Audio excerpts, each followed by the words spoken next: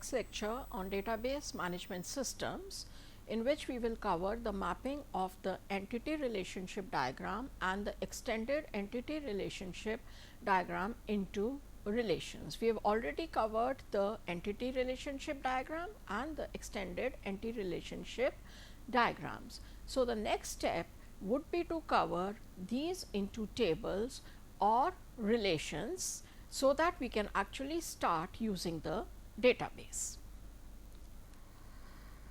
So, a logical database design, we have already said, is to create the relational schema, and this relation schema we will create from the ER and the EER model.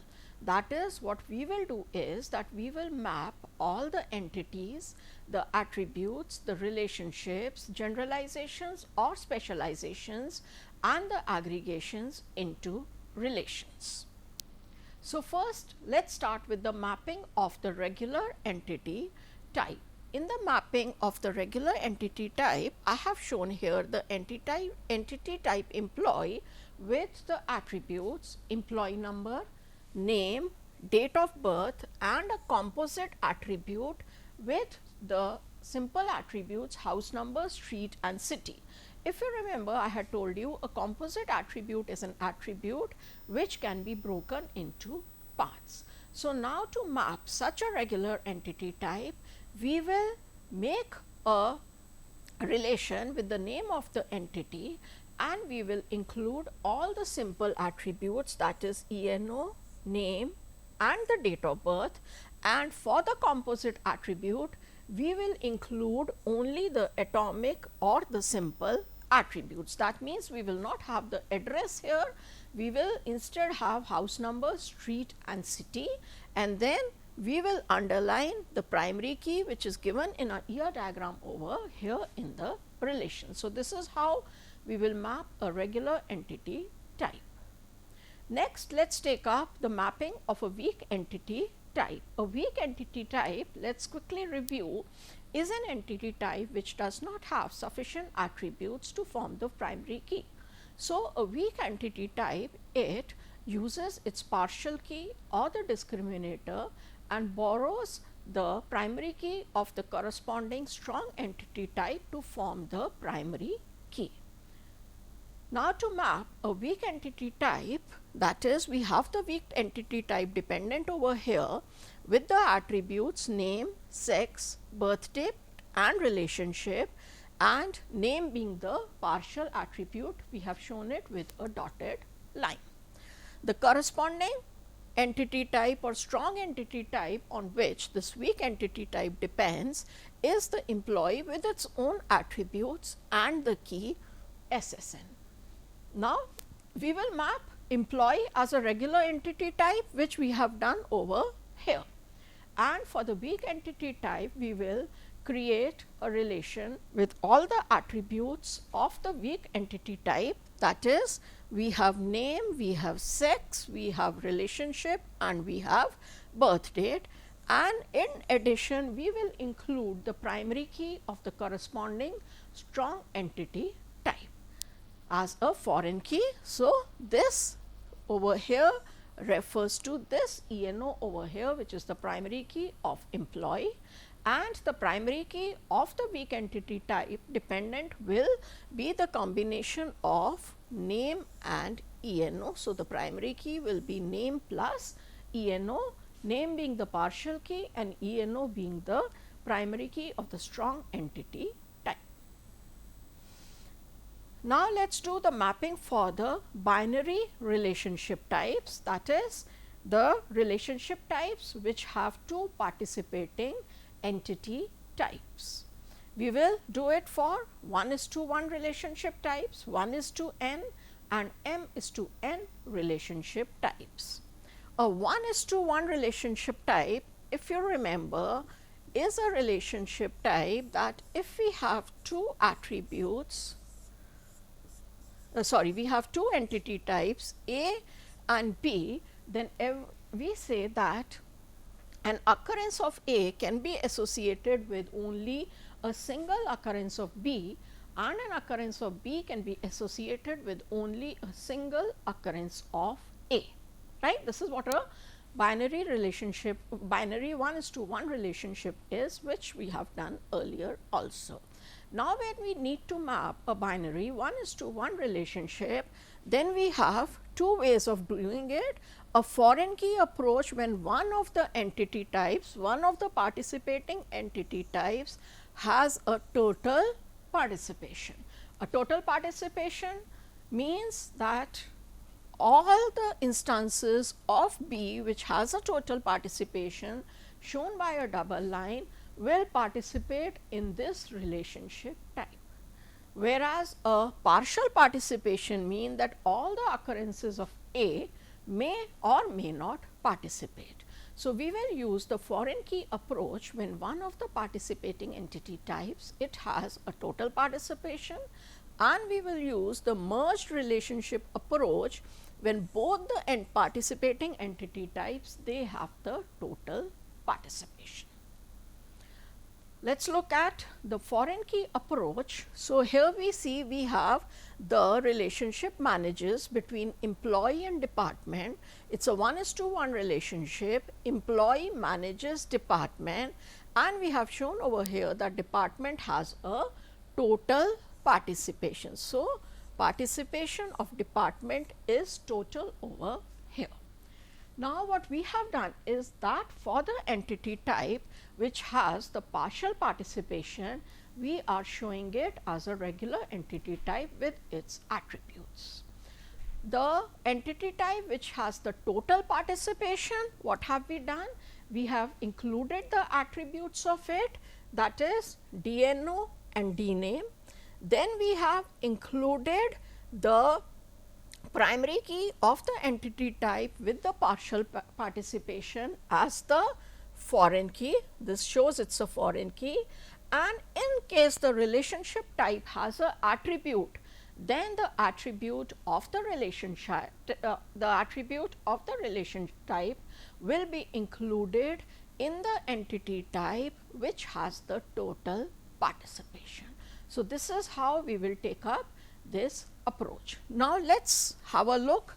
Let us say I have the ENO numbers as 1 and 2 and the name as Amit and Ajay, and I have the departments as D1 and D2, DName as let us say CS and EC, ENO such that ENO 1 manages D1, ENO 1 also manages, let us have another one 3, Sumit, and there is another department D3 which is managed by D2, let us call it civil. Let the start date be anything.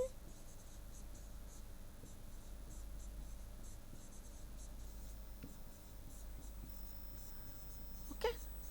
So, that means if these tables are populated, this is something that this will look like.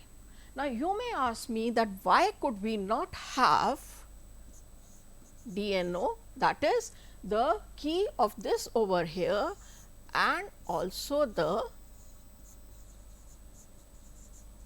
start date. Why could we not do this? That means not having these two here, but having them here. So, this means ENO 1 we know is managed by D1 is managed by ENO 1. So, ENO 1 manages D1, D2 sorry, ENO 1 also manages D2 and ENO 2 manages D3, right. Now, you tell me, can I show this over here? No, I cannot, because in a single cell we can have only one value. So, we do not have a way to show how ENO manages D1 and D2, and hence we will see that we will do it the way we have done, that the total participation site will contain the primary key of the partial participation site as well as the attribute of the relationship type if it exists. The second method was the merged relationship approach, when both the entities they have a total participation. So, over here we see that both the entities over here have a total participation. So, in this case what we will do is we will have a merged relation approach. That means we will merge all the attributes of the participating entity types as well as the attribute of the relationship type into a single relation, and the key of that single relation can either be the key of this over here, that is employee, or it can be the key of department. So, this is what I have done: ENO, ENAME, DNO, DNAME start date. Key I am taking of the employee, ENO, ENAME, DNO, DNAME start date. The key is that of the department. Next, we take up the mapping of binary 1 to n relationship types. What is a binary 1 to n relationship type?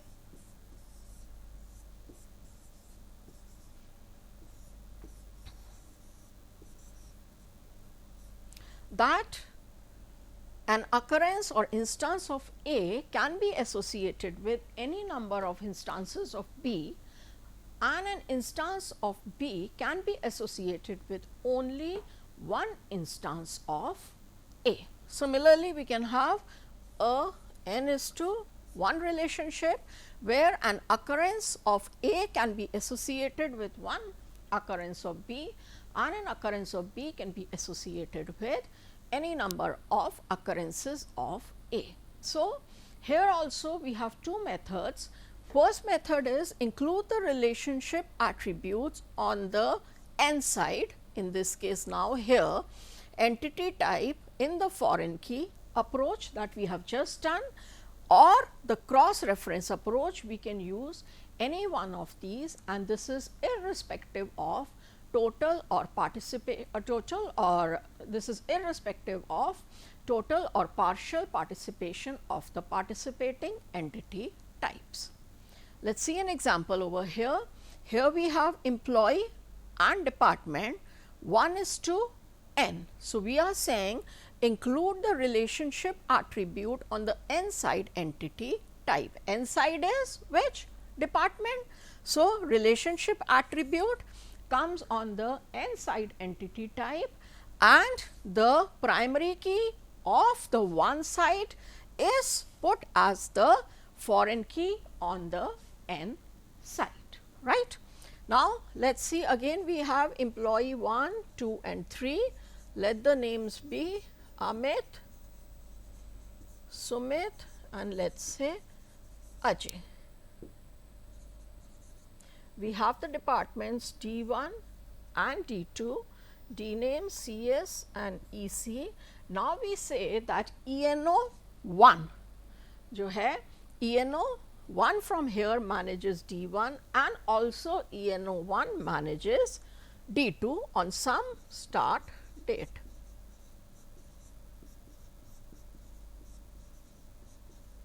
Right? This is the scenario we have, and it is perfectly fine. Now, we could have said that let us put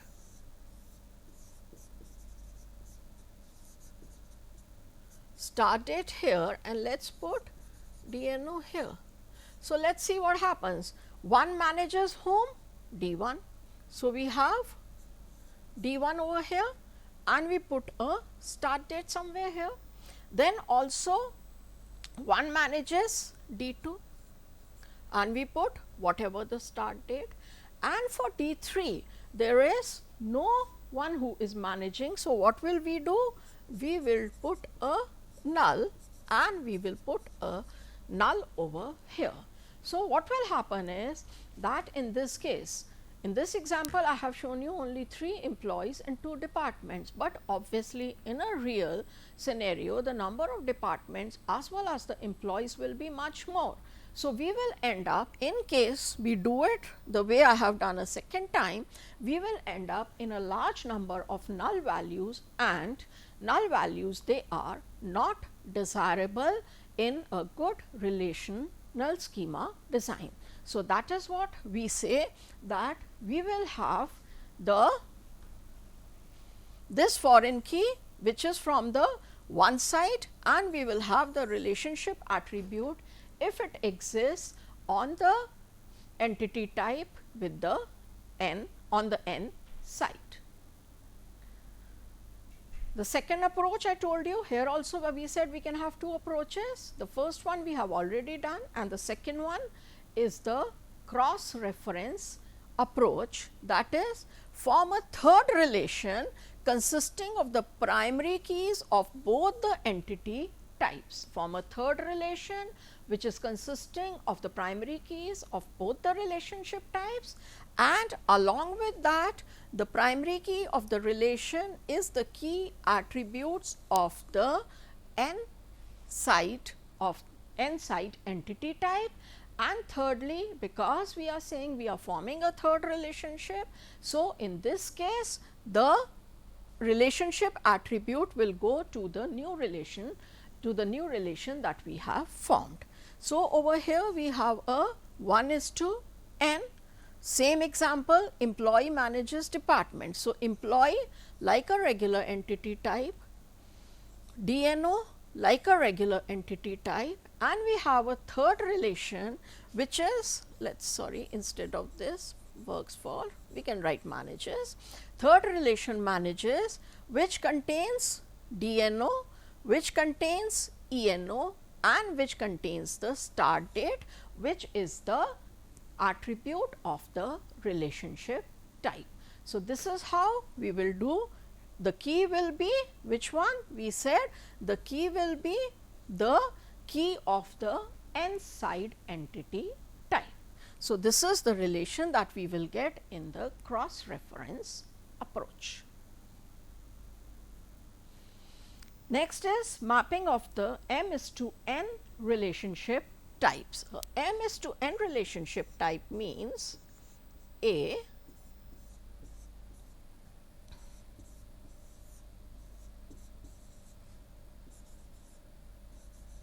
any number of occurrences of A can be associated with any number of occurrences of B, and any number of occurrences of B can be associated with any number of occurrences of A. This is called a m:(n) relationship type, and the approach that we use for mapping a m:(n) relationship type to a relation is the cross reference approach.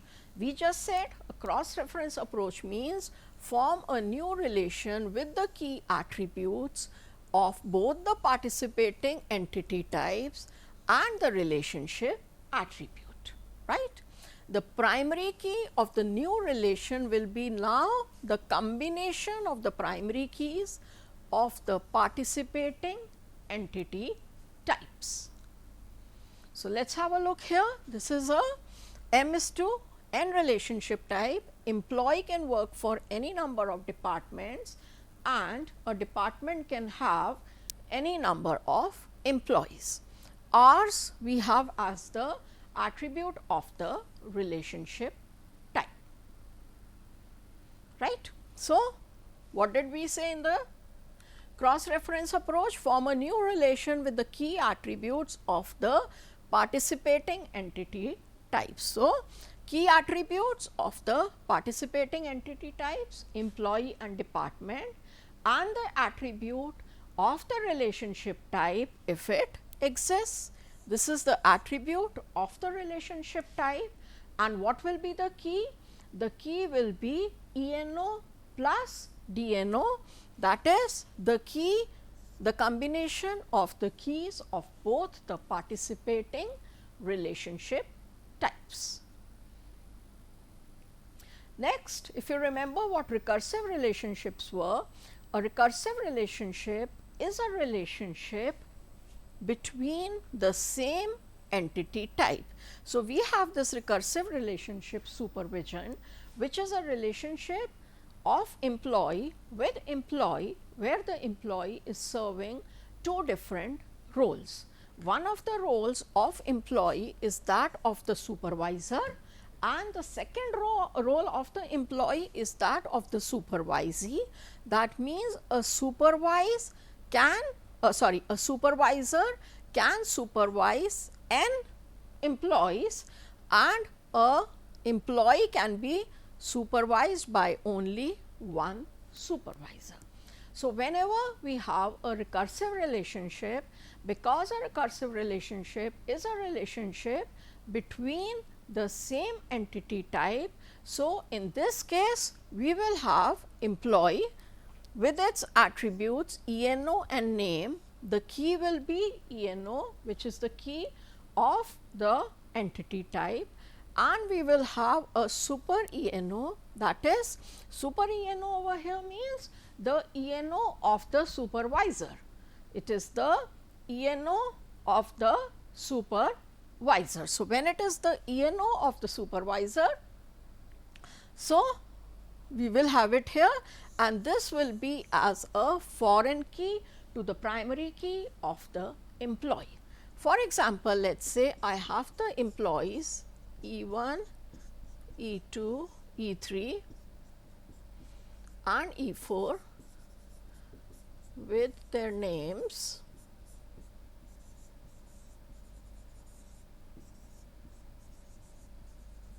So, I can say that super ENO E2 supervises E1. For E2, let us say there is no supervisor. For E3, the supervisor is E1, and for E4 also the supervisor is E2. So, that means this is the what foreign key? It is, where is it deriving its value? It is deriving its value from the primary key over here. So, this is how we map a recursive relationship to a table. Now, let us look at the mapping of the multivalued attribute. What is a multivalued attribute? A multivalued attribute is an attribute which can have multiple values. For example, over here we have the entity type department, and locations is a multivalued attribute. So, when we say locations is a multivalued attribute, that means the department can have more than one location. Say a department is there situated on the ground floor and the first floor. So, now let us say if I try to map this as a regular entity type, then I will have the attributes number as the key, name and locations, right. So, let us say the departments are 1, 2, 3 and 4. 1 is CS, 2 is EC, 3 is EN and 4 is, let us say, civil engineering. Now, the department CS or the department number 1, it has the locations on ground floor and first floor. This is only on the first floor, this is only on the second floor, and this is on the first floor and the third floor. So, now since location is a multi-valued attribute, it will have multiple values. How do we show this? Because we cannot do it over here the way I have done it, we cannot have more than one value for a attribute for a particular tuple or row. Hence, this particular representation or mapping is not correct. Instead, for the multi-valued attributes, what we do is we make, for the entity type, we use all the attributes which are not multi-valued like this, number as the key and name, and for the multi-valued attribute we create another relation with the key and the location. So, now let us say if I have 1, it has a location on ground floor, 1 has a location on first floor, 2 has a location on first floor, 3 has a location on second floor, 4 has a location on first floor, and 4 has a location on third floor. And what will be the key for location? The key for location will be number plus location, because we can't have number alone, we are having 2 rows with 1, we are having 2 rows with 4, but this is unique, 1 GF, 1 FF, 2 FF, 4 FF, 4 TF. So, we will separate the multivalued attribute into a new relation. Next, we will do the mapping of the specializations and the generalization. Specialization or generalization means that for a superclass, in a superclass we include only the common attributes, and in the subclasses we include the specialized attributes.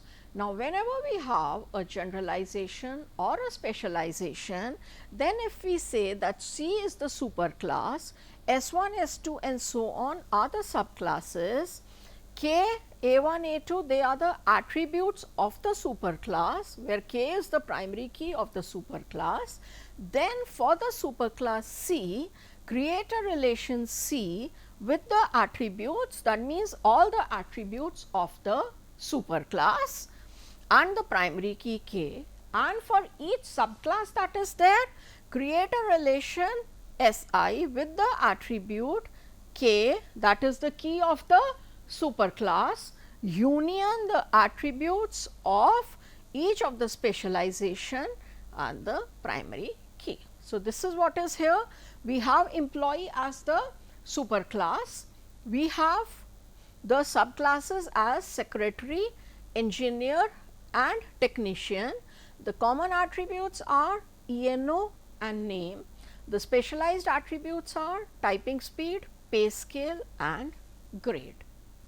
So, what we have done is that, like we said, for the superclass you create a relation with all the attributes of the superclass. So, we have put ENO and name over here. We have the 3 subclasses secretary, engineer and technician.